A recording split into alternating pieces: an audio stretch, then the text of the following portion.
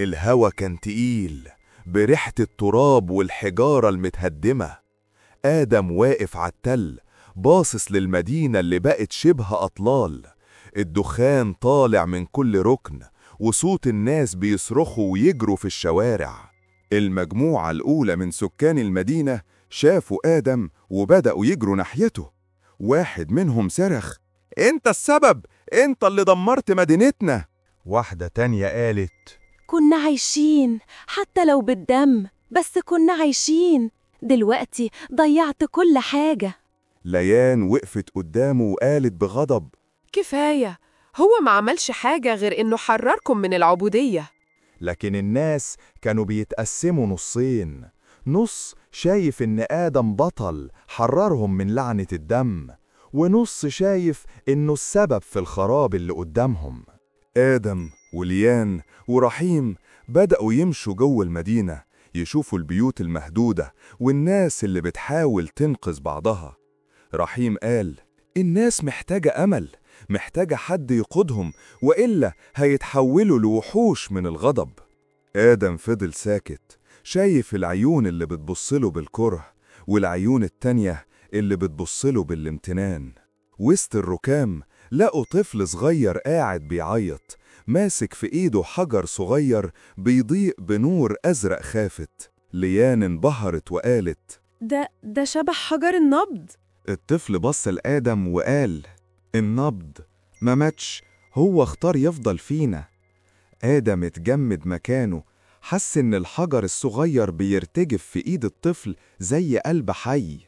رحيم قال بهدوء: يمكن النبض اللي كنا بنفتكره لعنة هو في الحقيقة حياة، بس مش في حجر ولا في دم، في الناس نفسهم. آدم بص للطفل وبعدين للمدينة وقال: يبقى لازم نبدأ من هنا، من نبض جديد، مش بالدم لكن بالأمل.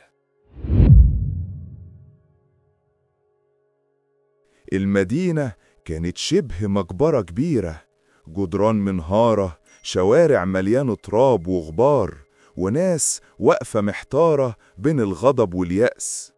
آدم حاول يتكلم قدام مجموعة من الأهالي وقال: اللي حصل مش نهاية، ده بداية.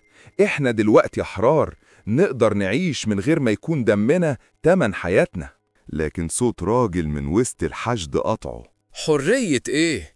إحنا مش لاقيين ناكل ولا ننام، حتى لو ما كانش فيه نبض كان على الأقل في استقرار. سيدة عجوز رفعت عصاها وقالت: سيبوه يتكلم، مش يمكن عنده حل. الناس اتقسموا أكتر، نص بيهتف ضده ونص ساكت مستني يسمع. آدم رفع الحجر الأزرق اللي كان مع الطفل وقال: شايفين ده؟ ده مش حجر دم، ده رمز إن النبض بقى جوانا. لو اتجمعنا كلنا وساعدنا بعض هنرجع نبني مدينتنا من غير دم. ليان وقفت جنبه وقالت: أنا كنت واحدة من حراس النبض، وكنت عارفة إننا عايشين في كذبة كبيرة، بس دلوقتي لازم نواجه الحقيقة، يا إما نتوحد يا إما نضيع.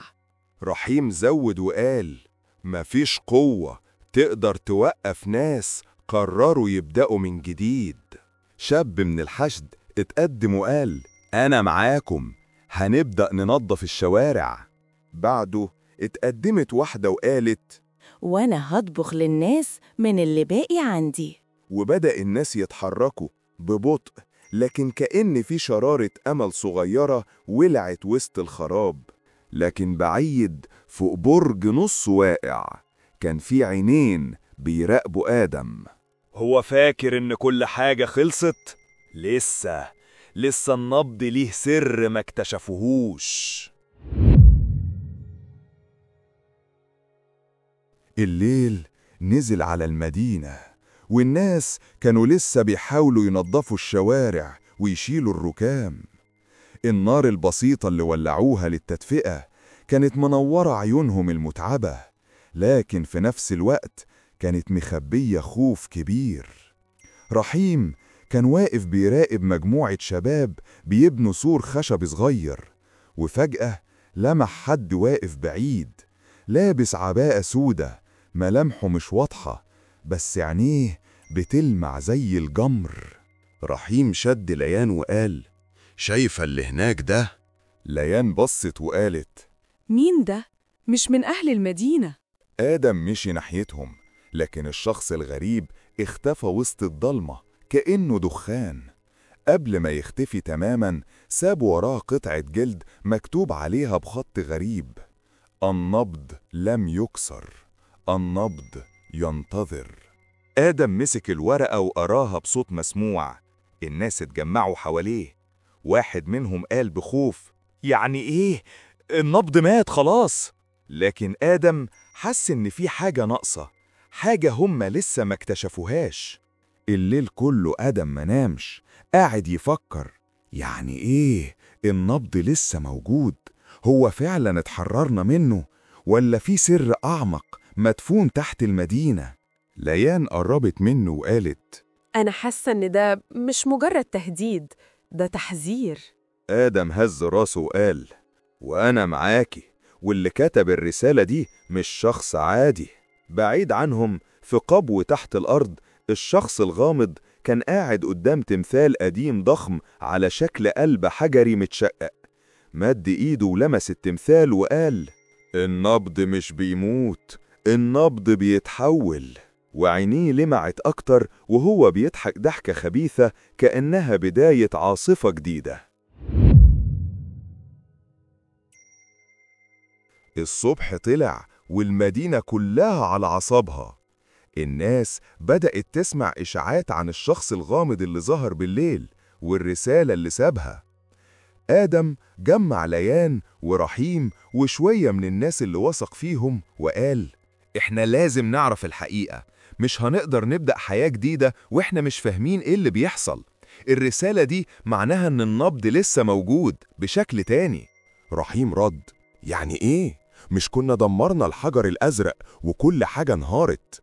آدم قال: يمكن اللي شفناه كان مجرد قشرة، والسر الحقيقي مدفون في مكان تاني.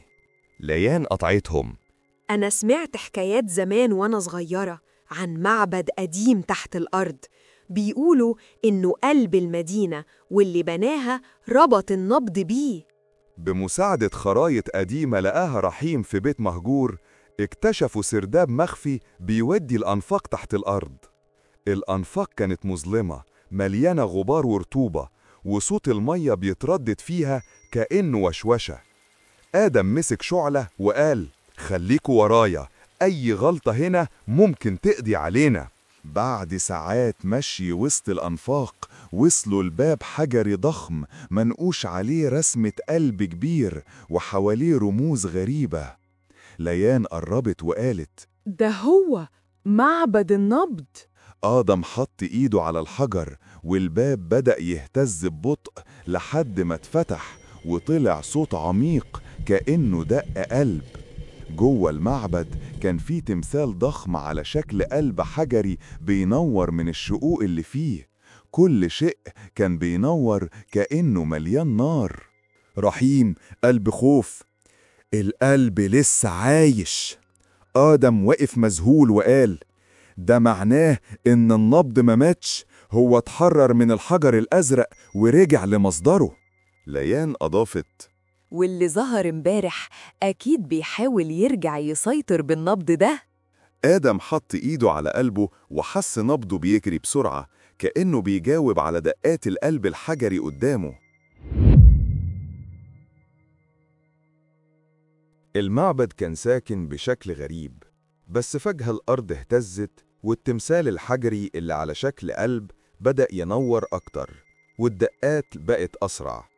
وفجأة ظهر شخص ضخم لابس درع معدني أسود منقوش عليه نفس الرموز اللي على الباب.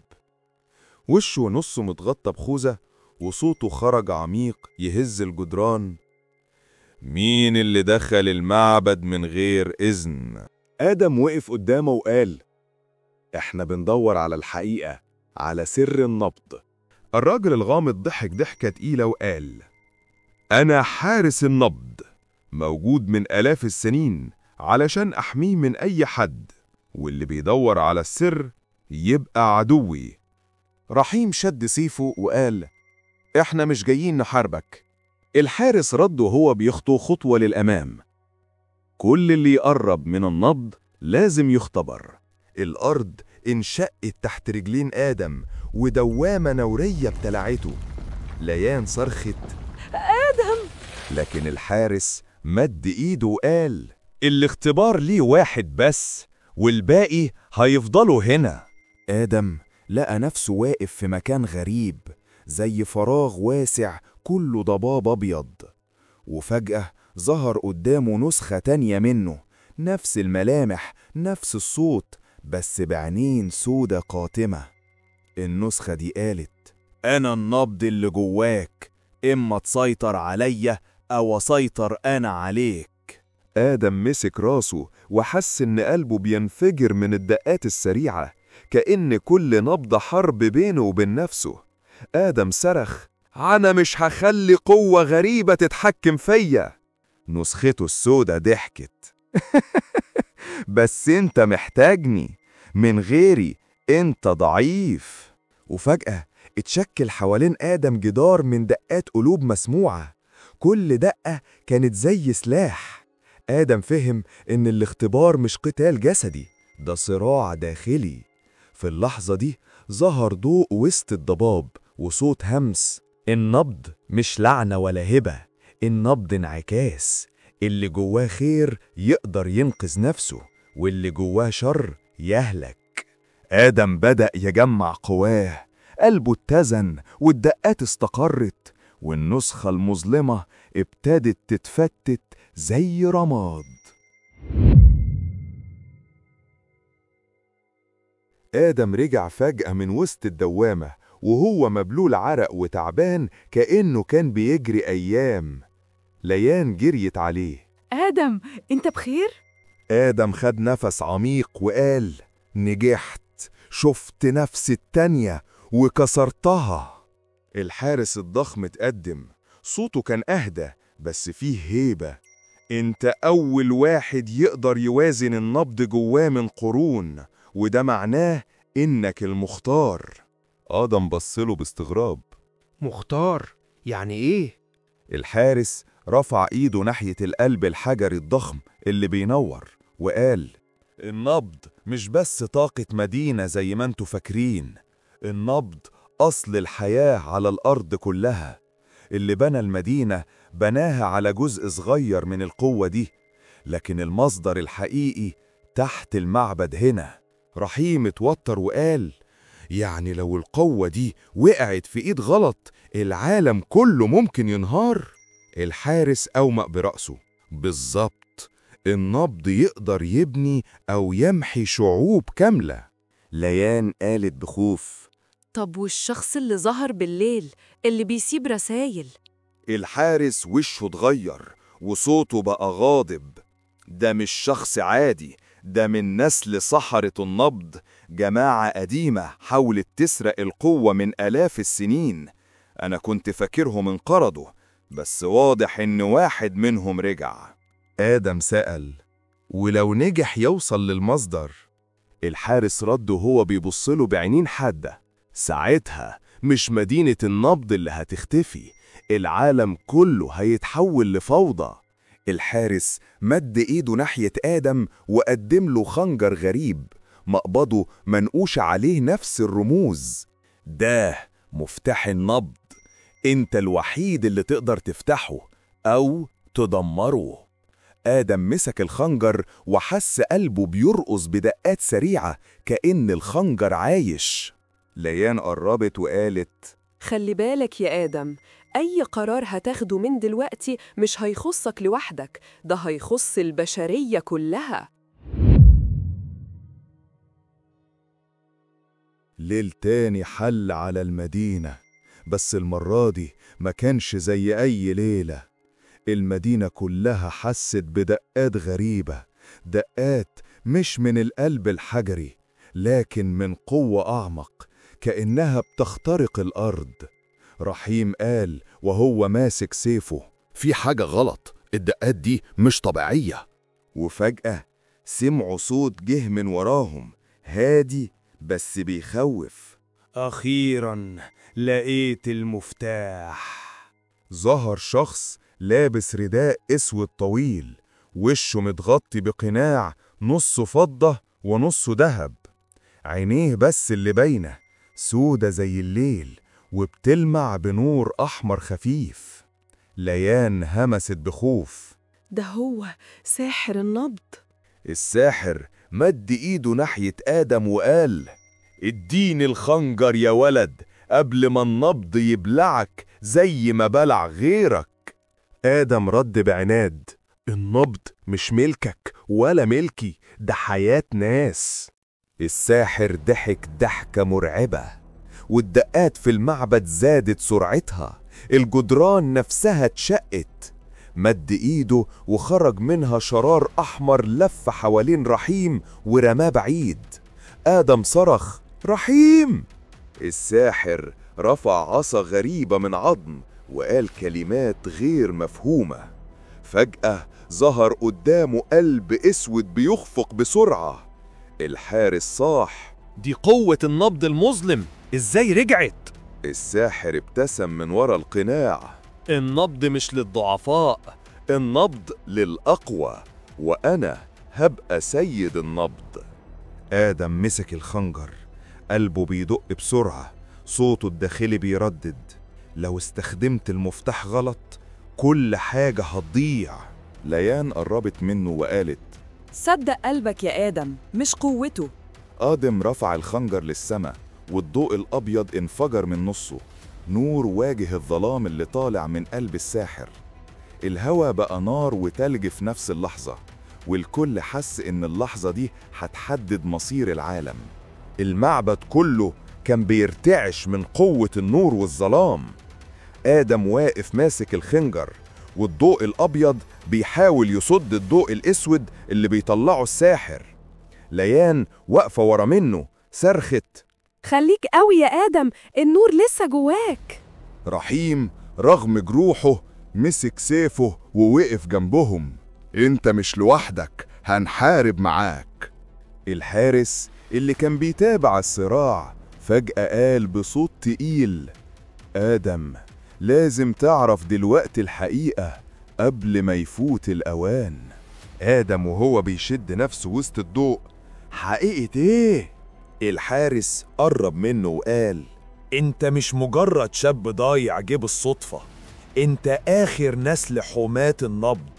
أجدادك هم اللي وقفوا للصحراء زمان ومنعوا خراب العالم، والدم ده لسه بيجري في عروقك. آدم اتجمد في مكانه: أنا حامي النبض. الساحر ضحك ضحكة عالية صداه ملا المعبد: أيوة، وهو ده اللي مخلي دمك أثمن من النبض نفسه. لو وقعت في إيدي العالم كله هينحني قدامي. القلب الأسود كبر بقى قد صخرة، والنبض المظلم بدأ يبتلع نور المعبد. آدم حس إن قلبه نفسه بيتسحب كأنه بيتقسم نصين. ليان مسكت إيده: آدم، ما تخليش الظلام يسرقك، افتكر مين انت. آدم قفل عينه، وفجأة شاف لمحات جده بيحارب في أرض قديمة، ناس بتسقط وراية نور مرفوعة. الصورة رجعت له قوة غريبة، وكأن النبض الأبيض اتفتح جواه بالكامل. آدم فتح عينه، والخنجر اتحول لنور صافي. كل دقة من قلبه بقت زي رعد بين السما والأرض. وشه نور، والساحر لأول مرة يتراجع خطوة لورا. رحيم قال باندهاش: ايه ده؟ ده مش آدم اللي نعرفه، ده بقى شيء تاني. الحارس ركع على ركبته وقال: الحامي رجع، مصير العالم اتحدد. آدم رفع الخنجر في مواجهة الساحر، والهوى كله اتجمد. النور والظلام اصطدموا في لحظة واحدة، لحظة الكل حس إنها يا إما هتكون بداية فجر جديد، يا إما سقوط البشرية للأبد. المعبد كله انفجر بضوء رهيب، نصه أبيض ساطع زي الشمس، والنص التاني اسود غامق كأنه ليل ما بيموتش. المدينة بره المعبد حست بالزلزال، البيوت بتهتز والأرض بتترج تحت أقدام الناس. كل أهل المدينة طلعوا في الشوارع يبصوا ناحية السماء اللي اتقسمت نصين، نص منور ونص غارق في العتمة. آدم اندفع بخطوة والخنجر المضيء في إيده بيطلق شرارات زي الصواعق. الساحر رفع قلب الظلام، وكل حركة منه بتعمل عاصفة ريح سودة بتسحب الأرض تحت رجليهم. ليان صرخت: خد بالك! لكن آدم لحق يصد الهجوم. الشرارة اللي خرجت من الخنجر قطعت الهوا نصين ورمت الساحر لورا. رحيم رغم التعب دخل المعركة. مش هسيبك تحارب لوحدك، وضرب بسيفه على الحاجز المظلم، فتح فيه شرخ صغير. بره المعبد النبض الأسود خرج من الأرض على هيئة دوامات، بدأ يبتلع الشوارع. الناس بتجري، عيال صغيرة بتعيط، ستات بتصرخ. قوة الظلام بدأت تسيطر بسرعة. الملك من شرفته شايف كل ده، صرخ: افتحوا البوابات، ساعدوا الناس. لكن الحراس مش قادرين يواجهوا العاصفة السوداء. الكل بقى متعلق بمصير المعركة جوه المعبد. الساحر ابتسم بخبث وقال بصوت عالي: آدم، انت فاكر نفسك الحامي؟ انت مجرد لعبة في ايدي. وفجأة من قلب الظلام خرجت آلاف الأيادي السودة، مسكت رحيم وشدته. رحيم بيصرخ: آدم ما تسيبنيش. آدم اندفع ينقذه، بس كل مرة يقرب الظلام يشده لورا. ليان عينيها مليانة دموع قالت: لو اخترت تنقذ واحد ممكن نخسر الكل. الخنجر في ايد آدم بينور أكتر، وصوت الأجداد بيرن في دماغه. الحامي لازم يختار التضحية. دموعه نزلت، صرخ من قلبه: أنا مش هسيب حد يضيع، لا أنت ولا المدينة.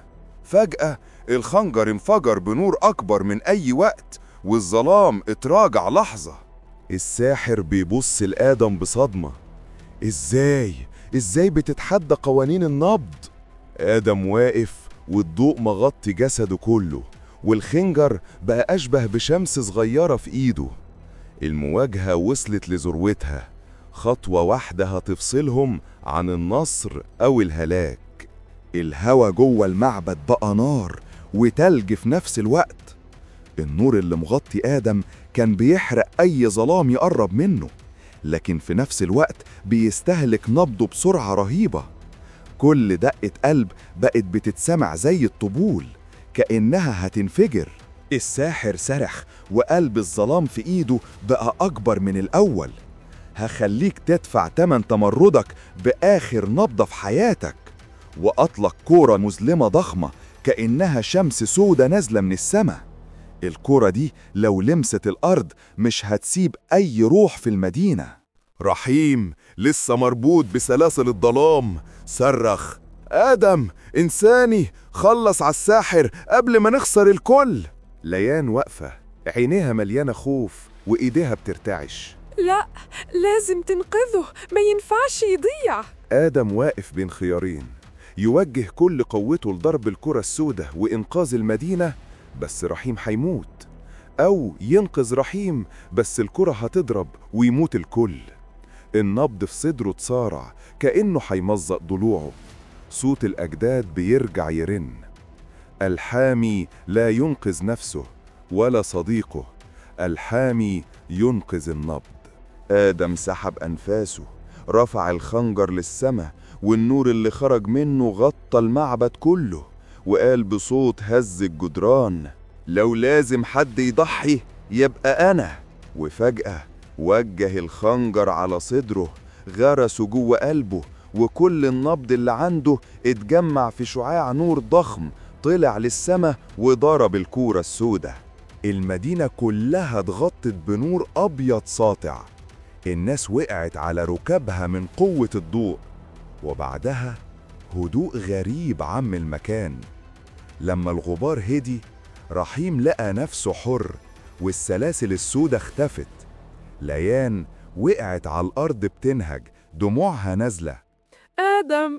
لكن لما بصوا مكانه ما لقوش غير الخنجر واقع على الأرض وبينور، لكن آدم نفسه اختفى.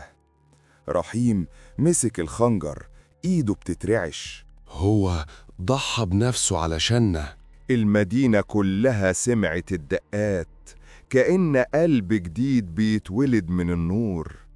الساحر اختفى مع الظلام والمدينة رجعت هادية، لكن الكل بقى في صدمة. هل مات آدم فعلا ولا تحول لجزء من النبض اللي بيحمي المدينة؟ ليان مسحت دموعها وقالت بصوت مبحوح: يمكن يكون اختفى، لكن روحه هتفضل تحرس المدينة. المدينة كلها فضلت في صمت عجيب، ولا حتى صوت عصافير. الناس اتجمعت قدام المعبد، كل العيون بصة للسما اللي لسه منورة بوهج خفيف.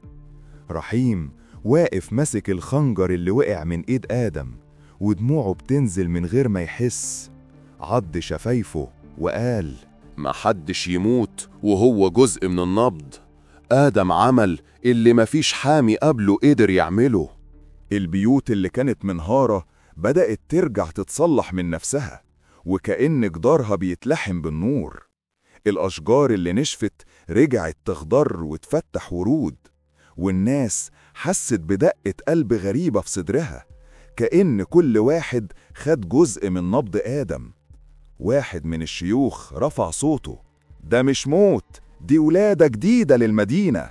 رحيم وهو ماسك الخنجر لاحظ إن في نقوش جديدة ظهرت على نصله، ولما بص كويس سمع صوت آدم جوه دماغه: لو النبض يوم وقف الخنجر ده هيلاقي حامي جديد.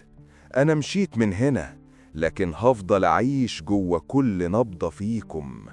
رحيم دموعه نزلت أكتر، حتى وهو مش هنا لسه بيعلمنا. المدينة بدأت تكتب في جدرانها حكاية آدم، شاب غريب جه من عالم تاني، ضحى بنفسه علشان مدينة ملهاش في يوم أي قيمة عنده، لكنه اختار يحميها بآخر ما يملك.